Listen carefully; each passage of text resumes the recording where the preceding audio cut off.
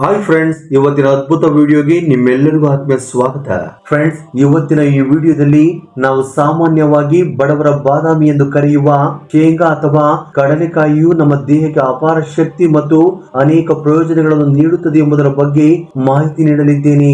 ಈ ಮಾತನ್ನು ಆಯುರ್ವೇದ ಮತ್ತು ಆಧುನಿಕ ವೈದ್ಯಕೀಯ ವಿಜ್ಞಾನ ಎರಡೂ ಕೂಡ ಇದರ ಮಹತ್ವವನ್ನು ಒಪ್ಪಿಕೊಂಡಿವೆ. ಹಾಗಾಗಿ ಫ್ರೆಂಡ್ಸ್, ಈ ವಿಡಿಯೋ ತುಂಬಾ ಇಂಟ್ರೆಸ್ಟಿಂಗ್ ಆಗಿದೆ. ಆದ್ದರಿಂದ ಎಲ್ಲಿ ಕೂಡ ಸ್ಕಿಪ್ ಮಾಡದೆ ಪೂರ್ತಿಯಾಗಿ ನೋಡಿ. ಅದಕ್ಕಿಂತ ಮೊದಲು ಈ ವಿಡಿಯೋ ಒಂದು ಲೈಕ್ ನೀಡಿ, ನಮ್ಮ ಚಾನೆಲ್ ಅನ್ನು ಸಬ್ಸ್ಕ್ರೈಬ್ ಮಾಡಿಕೊಳ್ಳುವ ಜೊತೆಗೆ ಪಕ್ಕದಲ್ಲಿರುವ ಬೆಲ್ ಐಕಾನ್ ಅನ್ನು ಕ್ಲಿಕ್ ಮಾಡುವ ಮೂಲಕ ಇನ್ನೂ ಹೆಚ್ಚಿನ ವಿಡಿಯೋ ಮಾಡಲು ಪ್ರೋತ್ಸಾಹಿಸಿ. ಇನ್ನು ಶೇಂಗಾ ಸೇವನೆಯ ಪ್ರಮುಖ ಆರೋಗ್ಯ ಪ್ರಯೋಜನಗಳು ಯಾವುವು ಎಂದು ನೋಡೋದಾದ್ರೆ, ನಂಬರ್ 1, ಕೊಲೆಸ್ಟ್ರಾಲ್ ನಿಯಂತ್ರಣ. ಫ್ರೆಂಡ್ಸ್, ಶೇಂಗಾದಲ್ಲಿ ಕಳಪೆ ಕೊಲೆಸ್ಟ್ರಾಲ್ ಇರುವುದಿಲ್ಲ. ಬದಲಿಗೆ ಇದು ದೇಹದಲ್ಲಿ ಒಳ್ಳೆ ಕೊಲೆಸ್ಟ್ರಾಲ್ ಪ್ರಮಾಣವನ್ನು ಹೆಚ್ಚಿಸಲು ತುಂಬಾ ಸಹಾಯ ಮಾಡುತ್ತದೆ. ಇದು ಹೃದಯದ ಸ್ನಾಯುಗಳನ್ನು ಬಲಪಡಿಸಿ ಹೃದಯದ ಬಡಿತವನ್ನು ನಿಯಂತ್ರಿಸಿ ಹೃದಯಾಘಾತದ ಅಪಾಯವನ್ನು ಕಡಿಮೆ ಮಾಡಲು ನೆರವಾಗುತ್ತದೆ. Number 2, diabetes control. ಶೇಂಗಾದ ಗ್ಲೈಸೆಮಿಕ್ ಇಂಡೆಕ್ಸ್ ಕೇವಲ 14ರಷ್ಟಿದ್ದು ಇದು ಅತ್ಯಂತ ಕಡಿಮೆ. ಇದರಿಂದ ನಾವು ಶೇಂಗಾ ತಿಂದಾಗ ರಕ್ತದಲ್ಲಿನ ಗ್ಲೂಕೋಸ್ ಮಟ್ಟವು ನಿಧಾನವಾಗಿ ಏರುತ್ತದೆ. ಆದ್ದರಿಂದ ಸಕ್ಕರೆ ಕಾಯಿಲೆ ಇರುವವರು ಇದನ್ನು ಆರಾಮಾಗಿ ತಿನ್ನಬಹುದು ಮತ್ತು ಇದು ರಕ್ತದಲ್ಲಿನ ಸಕ್ಕರೆ ಮಟ್ಟವನ್ನು ನಿಯಂತ್ರಿಸಲು ತುಂಬಾ ಸಹಾಯ ಮಾಡುತ್ತದೆ. ನಂಬರ್ 3, ಪ್ರೋಟೀನ್ ನ ಶಕ್ತಿಶಾಲಿ ಮೂಲ. 100 ಗ್ರಾಂ ಶೇಂಗಾದಲ್ಲಿ ಸುಮಾರು 26 ಗ್ರಾಂ ಪ್ರೋಟೀನ್ ಇರುತ್ತದೆ. ಇದು 100 ಮಿಲಿ ಹಾಲಿನ ಪ್ರೋಟೀನ್ ಗಿಂತ ಸುಮಾರು 8 ಪಟ್ಟು ಹೆಚ್ಚು ಮತ್ತು ಮೊಟ್ಟೆಗಿಂತ ಸುಮಾರು 2 ಪಟ್ಟು ಹೆಚ್ಚು. ಪ್ರೋಟೀನ್ ಸ್ನಾಯುಗಳು, ಅಂಗಾಂಗಗಳು ಮತ್ತು ಕೋಶಗಳನ್ನು ಬಲಪಡಿಸುತ್ತದೆ. ದೇಹಕ್ಕೆ ಶಕ್ತಿ ಮತ್ತು ಸ್ಟ್ಯಾಮಿನಾ ನೀಡುತ್ತದೆ. ನಂಬರ್ 4, ಮೂಳೆ ಮತ್ತು ಹಲ್ಲುಗಳ ಆರೋಗ್ಯ. ಶೇಂಗಾದಲ್ಲಿ ಕ್ಯಾಲ್ಸಿಯಂ ಅಂಶವು ಸಮೃದ್ಧವಾಗಿದೆ. ಇದು ಮೂಳೆಗಳು ಮತ್ತು ಹಲ್ಲುಗಳನ್ನು ಬಲಪಡಿಸಲು ತುಂಬಾ ಅತ್ಯಗತ್ಯ. ನಿಯಮಿತ ಸೇವನೆಯಿಂದ ಕ್ಯಾಲ್ಸಿಯಂ ಕೊರತೆಯಿಂದಾಗುವ ಸಮಸ್ಯೆಗಳನ್ನು ತಡೆಯಬಹುದು. ರಕ್ತಹೀನತೆ ನಿವಾರಣೆ. ಇದರಲ್ಲಿ ಸಾಕಷ್ಟು ಪ್ರಮಾಣದ ಕೊಬ್ಬಿನಾಂಶ ಇರುವುದರಿಂದ ಇದು ರಕ್ತದಲ್ಲಿನ ಹಿಮೋಗ್ಲೋಬಿನ್ ಮಟ್ಟವನ್ನು ಹೆಚ್ಚಿಸಲು ತುಂಬಾ ನೆರವಾಗುತ್ತದೆ. ಇದರಿಂದ ದೇಹಕ್ಕೆ ಹೆಚ್ಚು ಆಮ್ಲಜನಕ ದೊರೆತು ಆಯಾಸ ಮತ್ತು ದೌರ್ಬಲ್ಯ ದೂರವಾಗಿ ಹೆಚ್ಚು ಸಕ್ರಿಯ ಮತ್ತು ಚುರುಕಾಗಿರಲು ಸಾಧ್ಯವಾಗುತ್ತದೆ. ಫ್ರೆಂಡ್ಸ್, ಈಗ ಈ ಕಡಲೆಕಾಯಿ ತಿನ್ನುವ ಸರಿಯಾದ ವಿಧಾನ ಮತ್ತು ಪ್ರಮಾಣದ ಬಗ್ಗೆ ತಿಳಿದುಕೊಳ್ಳೋಣ. ಈ ವಿಡಿಯೋದಲ್ಲಿ ಹೇಳಿದಂತೆ ಶೇಂಗಾವನ್ನು ಯಾವ ರೀತಿ ತಿನ್ನಬೇಕು, ಎಷ್ಟು ಪ್ರಮಾಣದಲ್ಲಿ ತಿನ್ನಬೇಕು ಮತ್ತು ಯಾವ ವಿಷಯಗಳ ಬಗ್ಗೆ ಗಮನ ಹರಿಸಬೇಕು ಎಂಬ ವಿವರಗಳನ್ನು ವಿಡಿಯೋ ಮುಂದುವರೆದಂತೆ ನಿಮಗೆ ತಿಳಿಸಲಾಗುವುದು. ಈ ಕಡಲೆಕಾಯಿಯನ್ನು ಒಂದು ರೀತಿಯ ಸೂಪರ್ ಫುಡ್ ಎಂದು ಕರೆಯುತ್ತಾರೆ. ಕಡಲೆಕಾಯಿಗಳು ಚರ್ಮ ಮತ್ತು ಮಾನಸಿಕ ಆರೋಗ್ಯ ಎರಡಕ್ಕೂ ಬಹಳ ಪ್ರಯೋಜನಕಾರಿಯಾಗಿವೆ. ಈ ಕಡಲೆಕಾಯಿ ಒಣ ಚರ್ಮಕ್ಕೆ ಪರಿಹಾರ. ನಿಮ್ಮ ಚರ್ಮವು ತುಂಬಾ ಒಣಗಿದ್ದರೆ, ತುರುಕಿ, ಉರಿ ಅಥವಾ ಕೆಂಪು ಆಗಿದ್ದರೆ ಕಡಲೆಕಾಯಿ ಸೇವನೆಯು ಈ ಸಮಸ್ಯೆಗಳಿಂದ ಪರಿಹಾರ ನೀಡುತ್ತದೆ. ಈ ಕಡಲೆಕಾಯಿಯಲ್ಲಿ ವಿಟಮಿನ್ B3 ಇರುತ್ತದೆ. ಇದು ಚರ್ಮಕ್ಕೆ ಆಂತರಿಕವಾಗಿ ಪೋಷಣೆ ನೀಡುತ್ತದೆ ಮತ್ತು ಮೆದುಳಿನ ಕಾರ್ಯಕ್ಷಮತೆಯನ್ನು ಸುಧಾರಿಸುತ್ತದೆ. ಇದು ಮಾನಸಿಕ ಒತ್ತಡ, ಆತಂಕ ಮತ್ತು ಖಿನ್ನತೆಯಂತಹ ಸಮಸ್ಯೆಗಳನ್ನು ಕಡಿಮೆ ಮಾಡಲು ಸಹಾಯ ಮಾಡುತ್ತದೆ. ಇನ್ನು ಇತರೆ ಸಮಸ್ಯೆಗಳಿಗೆ ಪರಿಹಾರ ಏನು ಎಂದು ನೋಡೋದಾದ್ರೆ, ಪದೇ ಪದೇ ತಲೆನೋವು, ನಿದ್ರಾಹೀನತೆ, ಹೊಟ್ಟೆಯ ತೊಂದರೆಗಳು ಮತ್ತು ಅಜೀರ್ಣದಂತಹ ಸಮಸ್ಯೆಗಳಿಂದಲೂ ಕಡಲೆಕಾಯಿ ಸೇವನೆಯಿಂದ ಆರಾಮ ಪಡೆಯಬಹುದು. ರಕ್ತ ಮತ್ತು ಶಕ್ತಿಗಾಗಿ ಫೋಲಿಕ್ ಆಸಿಡ್ ಕಡಲೆಕಾಯಿಯಲ್ಲಿ ಒಂದು ಅತ್ಯಂತ ಮಹತ್ವದ ಅಂಶವಾಗಿದೆ. ಇದು ದೇಹದಲ್ಲಿ ಹೊಸ ಕೆಂಪು ರಕ್ತ ಕಣಗಳನ್ನು ಉತ್ಪಾದಿಸಲು ತುಂಬಾ ಸಹಾಯ ಮಾಡುತ್ತದೆ. ಒಂದು ವೇಳೆ ದೇಹದಲ್ಲಿ ಇವುಗಳ ಕೊರತೆಯಾದರೆ ರಕ್ತದ ಪ್ರಮಾಣ ಕಡಿಮೆಯಾಗಿ ಆಯಾಸ, ಉಸಿರಾಟದ ತೊಂದರೆ, ಏಕಾಗ್ರತೆ ಕೊರತೆ ಮತ್ತು ಮರೆವಿನಂತಹ ಸಮಸ್ಯೆಗಳು ಪ್ರಾರಂಭವಾಗುತ್ತವೆ.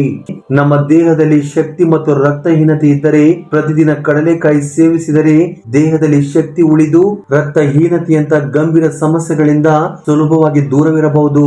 ಫ್ರೆಂಡ್ಸ್, ಅತಿ ಮುಖ್ಯವಾಗಿ ಗರ್ಭಿಣಿ ಮಹಿಳೆಯರಿಗೆ ಈ ವಿಟಮಿನ್ ಬಹಳ ಮುಖ್ಯ.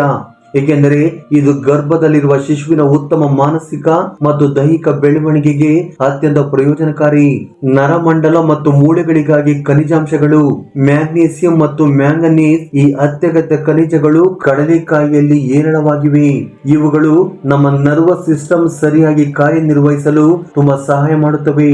ಹಾರ್ಮೋನ್ ಸಮತೋಲನವನ್ನು ಕಾಪಾಡಿಕೊಳ್ಳಲು ಕೂಡ ತುಂಬಾ ಸಹಾಯಕವಾಗಿವೆ. ಮ್ಯಾಗ್ನೀಸಿಯಂ ದೇಹದಲ್ಲಿ 300ಕ್ಕೂ ಹೆಚ್ಚು ಕಿಣ್ವಗಳ ಕ್ರಿಯೆಗಳನ್ನು ಸುಗಮವಾಗಿ ನಡೆಸುತ್ತದೆ, ಮೂಳೆಗಳನ್ನು ಬಲಪಡಿಸುತ್ತದೆ ಮತ್ತು ಸ್ನಾಯುಗಳ ನಿರ್ಮಾಣಕ್ಕೆ ಮತ್ತು ಅವುಗಳ ಉತ್ತಮ ಕಾರ್ಯನಿರ್ವಹಣೆಗೆ ಸಹಕಾರಿಯಾಗಿದೆ. ಮ್ಯಾಂಗನೀಸ್ ದೇಹದಲ್ಲಿ ಉತ್ಕರ್ಷಣ ನಿರೋಧಕಗಳ ಪ್ರಮಾಣವನ್ನು ಹೆಚ್ಚಿಸಿ ಜೀವಕೋಶಗಳು ಬೇಗ ನಾಶವಾಗದಂತೆ ತಡೆಯುತ್ತದೆ. ಜೊತೆಗೆ ವಯಸ್ಸಾಗುವಿಕೆಯ ಪರಿಣಾಮವನ್ನು ಕಡಿಮೆ ಮಾಡುತ್ತದೆ. ಈ ಖನಿಜಗಳು ಪುರುಷರು ಮತ್ತು ಮಹಿಳೆಯರ ಸಾಮರ್ಥ್ಯವನ್ನು ಕಾಪಾಡಿಕೊಳ್ಳಲು ತುಂಬಾ ಪ್ರಯೋಜನಕಾರಿಯಾಗಿವೆ. ವಿಶೇಷವಾಗಿ ಮ್ಯಾಗ್ನೀಸಿಯಂ ಮಹಿಳೆಯರ ಮಾಸಿಕ ಚಕ್ರವನ್ನು ನಿಯಮಿತಗೊಳಿಸಲು ಮತ್ತು ಹಾರ್ಮೋನ್ ಸಂಬಂಧಿತ ಸಮಸ್ಯೆಗಳನ್ನು ಸಮತೋಲನದಲ್ಲಿಡಲು ಸಹಾಯ ಮಾಡುತ್ತದೆ. ಜೊತೆಗೆ ನಿಮ್ಮ ದೇಹದಲ್ಲಿ ಕ್ಯಾಲ್ಸಿಯಂ ಸರಿಯಾಗಿ ಹೀರಿಕೊಳ್ಳಲು ಸಹಾಯ ಮಾಡುತ್ತವೆ.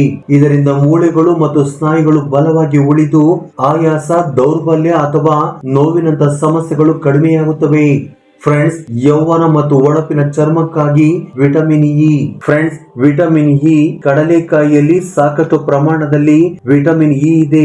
ಇದು ನಮ್ಮ ಚರ್ಮದ ಜೀವಕೋಶಗಳು ಮತ್ತು ಸ್ನಾಯುಗಳನ್ನು ರಕ್ಷಿಸುವಲ್ಲಿ ಪ್ರಮುಖ ಪಾತ್ರ ವಹಿಸುತ್ತದೆ. ಇದು ಚರ್ಮವನ್ನು ಯಂಗ್, ಮೃದು ಮತ್ತು ಹೊಳೆಯುವಂತೆ ಇಡಲು ಸಹಾಯ ಮಾಡುತ್ತದೆ. ಇದು ಪ್ರಬಲವಾದ ಉತ್ಕರ್ಷಣ ನಿರೋಧಕವಾಗಿರುವುದರಿಂದ ಚರ್ಮವನ್ನು ಒಣಗುವಿಕೆ, ಸುಕ್ಕುಗಳು, ಫೈನ್ ಲೈನ್ಗಳು ಮತ್ತು ಬಾಹ್ಯ ಹಾನಿಕಾರಕ ಅಂಶಗಳಿಂದ ರಕ್ಷಣೆ ಮಾಡುತ್ತದೆ. ಇನ್ನು ಈ ಕೊರತೆಯ ಲಕ್ಷಣಗಳು ಯಾವುವು ಎಂದು ನೋಡೋದಾದ್ರೆ, ವಿಟಮಿನ್ ಇ ಕೊರತೆಯಾದರೆ ಚರ್ಮ ಒಣಗಿ ನಿಷ್ಪ್ರಾಣವಾಗಬಹುದು, ಸ್ನಾಯುಗಳಲ್ಲಿ ಸೆಳೆತ ಅಥವಾ ಬಿಗಿತ ಬರಬಹುದು, ದೇಹದಲ್ಲಿ ಊತ ಬರಬಹುದು ಮತ್ತು ಕೂದಲು ಉದುರುವಿಕೆ ಹೆಚ್ಚಾಗಬಹುದು. ನಿಯಮಿತ ಮತ್ತು ಸೀಮಿತ ಪ್ರಮಾಣದಲ್ಲಿ ಕಡಲೆಕಾಯಿ ಸೇವಿಸಿದರೆ ಈ ತೊಂದರೆಗಳಿಂದ ದೂರವಿರಬಹುದು ಮತ್ತು ಚರ್ಮವು ಯಾವಾಗಲೂ ತೇವಾಂಶದಿಂದ ಆರೋಗ್ಯಕರವಾಗಿ ಮತ್ತು ಹೊಳೆಯುವಂತೆ ಉಳಿಯುತ್ತದೆ. ಆಯುರ್ವೇದದ ಪ್ರಕಾರ ಕಡಲೆಕಾಯಿಯು ದೇಹದಲ್ಲಿನ ವಾತ, ಪಿತ್ತ ಎಂಬ ಎರಡು ಪ್ರಮುಖ ದೋಷಗಳನ್ನು ಸಮತೋಲನಗೊಳಿಸಲು ತುಂಬಾ ಸಹಾಯ ಮಾಡುತ್ತದೆ. ವಾತ ಮತ್ತು ಪಿತ್ತದ ಅಸಮತೋಲನವಾದಾಗ ಗ್ಯಾಸ್, ಹೊಟ್ಟೆ ಉಬ್ಬುವುದು, ಹಸಿವಾಗದಿರುವುದು ಅಥವಾ ಮಲಬದ್ಧತೆಯಂತಹ ಸಮಸ್ಯೆಗಳು ಬರಬಹುದು. ಆದರೆ ಕಡಲೆಕಾಯಿ ಸೇವನೆಯಿಂದ ಜೀರ್ಣಶಕ್ತಿ ಬಲಗೊಂಡು ಆಹಾರ ಸರಿಯಾಗಿ ಜೀರ್ಣವಾಗುತ್ತದೆ. ಕಡಲೆಕಾಯಿ ದೇಹದ ರೋಗ ನಿರೋಧಕ ಶಕ್ತಿಯನ್ನು ಹೆಚ್ಚಿಸುತ್ತದೆ. ಇದರಿಂದ ಶೀತ, ಕೆಮ್ಮು ಮುಂತಾದ ಕಾಲೋಚಿತ ಕಾಯಿಲೆಗಳಿಂದ ರಕ್ಷಣೆ ಸಿಗುತ್ತದೆ. ವಿಶೇಷವಾಗಿ ಚಳಿಗಾಲದಲ್ಲಿ ಕಡಲೆಕಾಯಿ ಸೇವನೆಯು ದೇಹವನ್ನು ಒಳಗಿನಿಂದ ಬೆಚ್ಚಗಿಡಲು ತುಂಬಾ ಸಹಾಯ ಮಾಡುತ್ತದೆ. ಇದರಿಂದ ಹೊರಗಿನ ತಂಪಾದ ಗಾಳಿ ಮತ್ತು ವಾತಾವರಣದ ಪರಿಣಾಮ ದೇಹದ ಮೇಲೆ ಕಡಿಮೆಯಾಗುತ್ತದೆ. ಈ ಕಾರಣದಿಂದಾಗಿ ಚಳಿಗಾಲದಲ್ಲಿ ಕಡಲೆಕಾಯಿ ತಿನ್ನುವುದು ಹೆಚ್ಚು ಪ್ರಯೋಜನಕಾರಿ ಮತ್ತು ಮುಖ್ಯವೆಂದು ಪರಿಗಣಿಸಲಾಗಿದೆ. ಫ್ರೆಂಡ್ಸ್, ಈಗ ಕೊನೆಯದಾಗಿ ಕಡಲೆಕಾಯಿಯನ್ನು ಎಷ್ಟು ಮತ್ತು ಹೇಗೆ ಸೇವಿಸಬೇಕು ಎಂದು ನೋಡೋದಾದ್ರೆ, ಹುರಿದ ಕಡಲೆಕಾಯಿ ಅತ್ಯಂತ ಪ್ರಯೋಜನಕಾರಿ ಮತ್ತು ಸುರಕ್ಷಿತವೆಂದು ಪರಿಗಣಿಸಲಾಗಿದೆ. ನೀವು ಅದನ್ನು ಮನೆಯಲ್ಲಿ ನಿಧಾನ ಉರಿಯಲ್ಲಿ ಹುರಿಯಬಹುದು. ಪ್ರತಿದಿನ ಸುಮಾರು 40 ಗ್ರಾಂನಿಂದ 50 ಗ್ರಾಂ ಕಡಲೆಕಾಯಿ ಸೇವನೆಯು ದೇಹಕ್ಕೆ ಸಾಕಷ್ಟು ಪ್ರಯೋಜನಕಾರಿ ಮತ್ತು ಸುರಕ್ಷಿತವೆಂದು ಪರಿಗಣಿಸಲಾಗಿದೆ. ಈ ಪ್ರಮಾಣವು ಸೀಮಿತವಾಗಿರಬೇಕು, ಏಕೆಂದರೆ ಇದರಲ್ಲಿ ನೈಸರ್ಗಿಕ ಕೊಬ್ಬು ಇರುತ್ತದೆ. ಹೆಚ್ಚು ತಿಂದರೆ ನಿಮ್ಮ ತೂಕ ಹೆಚ್ಚಳಕ್ಕೆ ಕಾರಣವಾಗಬಹುದು. ತೂಕ ಹೆಚ್ಚಳದ ಸಮಸ್ಯೆಯಿಂದ ಬಳಲುತ್ತಿರುವವರು ಇದನ್ನು ಸೀಮಿತ ಪ್ರಮಾಣದಲ್ಲಿಯೇ ಸೇವಿಸಬೇಕು. ಮಧುಮೇಹ ಅಥವಾ ಹೃದಯ ಸಂಬಂಧಿ ಕಾಯಿಲೆ ಇರುವವರು ವೈದ್ಯರ ಸಲಹೆ ಇಲ್ಲದೆ ಹೆಚ್ಚಿನ ಪ್ರಮಾಣದಲ್ಲಿ ಸೇವಿಸಬಾರದು. ಫ್ರೆಂಡ್ಸ್, ಅತಿ ಮುಖ್ಯವಾಗಿ ಕಡಲೆಕಾಯಿ ತಿಂದ ತಕ್ಷಣ ನೀರು ಕುಡಿಯಬಾರದು. ಇದರಿಂದ ಗಂಟಲು ಕೆರೆತ, ಉರಿ, ಕೆಮ್ಮು ಅಥವಾ ಗಂಟಲು ಒಣಗಿದಂತಹ ಸಮಸ್ಯೆಗಳು ಬರಬಹುದು. ಕಡಲೆಕಾಯಿ ತಿಂದ ಕನಿಷ್ಠ 15 ರಿಂದ 20 ನಿಮಿಷಗಳ ನಂತರ ನೀರು ಕುಡಿಯಲು ಸಲಹೆ ನೀಡಲಾಗುತ್ತದೆ. ಇನ್ನು ದಿನನಿತ್ಯದ ಅಡುಗೆಗೆ ಕಡಲೆಕಾಯಿ ಎಣ್ಣೆಯನ್ನು ಬಳಸಿದರೆ ಅದು ಇತರೆ ರಿಫೈನ್ಡ್ ಆಯಿಲ್ಸ್ ಗಳಿಗಿಂತ ಹೆಚ್ಚು ಆರೋಗ್ಯಕರ, ಹಗುರ ಮತ್ತು ಹೃದಯಕ್ಕೆ ಉತ್ತಮವೆಂದು ಪರಿಗಣಿಸಲಾಗಿದೆ. ಇದು ದೇಹದಲ್ಲಿ ಕೆಟ್ಟ ಕೊಲೆಸ್ಟ್ರಾಲ್ ಅನ್ನು ಕಡಿಮೆ ಮಾಡಲು ಮತ್ತು ಹೃದಯವನ್ನು ಆರೋಗ್ಯವಾಗಿಡಲು ಸಹಾಯ ಮಾಡುತ್ತದೆ. ಫ್ರೆಂಡ್ಸ್, ಚಳಿಗಾಲದಲ್ಲಿ ಕಡಲೆಕಾಯಿಯ ಪ್ರಯೋಜನಗಳನ್ನು ಇನ್ನಷ್ಟು ಹೆಚ್ಚಿಸಲು ಅದನ್ನು ಬೆಲ್ಲದೊಂದಿಗೆ ಸೇವಿಸಿ. ಕಡಲೆಕಾಯಿ ಮತ್ತು ಬೆಲ್ಲದ ಈ ಸಂಯೋಜನೆಯು ದೇಹಕ್ಕೆ ಒಳಗಿನಿಂದ ಶಕ್ತಿ ನೀಡುತ್ತದೆ, ಜೊತೆಗೆ ಉಷ್ಣತೆ ನೀಡುತ್ತದೆ ಮತ್ತು ರಕ್ತಹೀನತೆಯ ವಿರುದ್ಧ ಹೋರಾಡಲು ಸಹಾಯ ಮಾಡುತ್ತದೆ.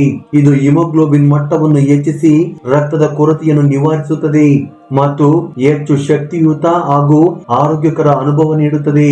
ಫ್ರೆಂಡ್ಸ್, ಈ ಅಗ್ಗದ ಸುಲಭವಾಗಿ ಲಭ್ಯವಿರುವ ಮತ್ತು ಶಕ್ತಿ ನೀಡುವ ಸೂಪರ್ ಫುಡ್ ಅನ್ನು ನಿಮ್ಮ ದೈನಂದಿನ ಆಹಾರದಲ್ಲಿ ಸೇರಿಸಿಕೊಂಡು ನಿಮ್ಮ ದೇಹವನ್ನು ಬಲಪಡಿಸಿ ಸಕ್ರಿಯವಾಗಿ ಮತ್ತು ಆರೋಗ್ಯಕರವಾಗಿ ಇರಿಸಿಕೊಳ್ಳಿ.